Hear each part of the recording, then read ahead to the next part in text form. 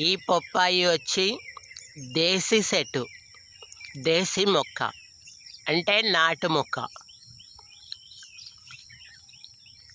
ఇది సర్వరోగ నివారిణి. ఎవరికైనా ఫీవర్ వచ్చినా కానీ, మరి ఆరోగ్యము కొంచెం అనారోగ్యంగా ఉన్నా కానీ, దీని పాలు కానీ, ఈ చెట్టు ఆకు కానీ రసాయం చేసి తాగినట్టయితే రోగ నిరోధన శక్తి పెరిగి మరి మనిషికి ఆరోగ్యం కలిగేటట్టుగా ఈ నాటు ఏదైతే ఉందో ఈ పప్పాయి మహా గొప్ప ఔషధముగా చెప్పబడింది. కాబట్టి హైబ్రిడ్ కాకుండా ఈ నాటు చెట్టును ఎవరైనా పెంచుకోవచ్చు.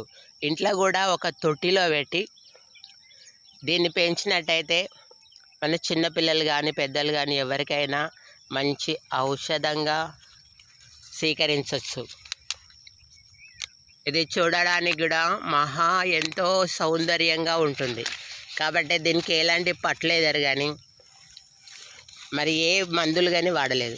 కేవలము ఆవు పెండ మాత్రమే, ఒక 2 కేజీల ఆవు పెండ మాత్రమే దీనికి ఉపయోగించినాము. మహా పవిత్రంగా పెరిగింది ఇది. ఈ మొక్క చాలా గొప్పగా పెరిగింది. మరి మన ఆరోగ్యాన్ని కూడా పట్లేదరు వాడినందుకు ఎంతో మంచిది. కాబట్టి ప్రతి ఒక్కరు కూడా ఇలాంటి మొక్కను ఇంట్లో గిడ పెంచుకోవచ్చు. మరి బిల్డింగ్ ఉన్న వాళ్ళు కూడా ఒక తొట్టిలో కూడా పెంచుకోవచ్చు. చిన్న మొక్క ఇది. ఇది మొత్తం వచ్చేసి 6 ఫీట్ హైట్ ఉంటుంది అంతే. ఒక 6 ఫీట్ల హైట్ తోటే ఇన్ని కాయలు వచ్చేసినాయి దీనికి. అందు గురించి అని ఎవరైనా ఈ మొక్కను పెంచుకోవచ్చు. ఈ ఆకు రసాయం కూడా మరి ఎవరైనా అనారోగ్యంగా ఉన్న వాళ్ళకు దీన్ని రసాయం చేసి అందియవచ్చును. మరి కంటికి పసుకలు వచ్చినా కూడా ఇప్పుడు కంటికి పసుకల మందని పోస్తారు.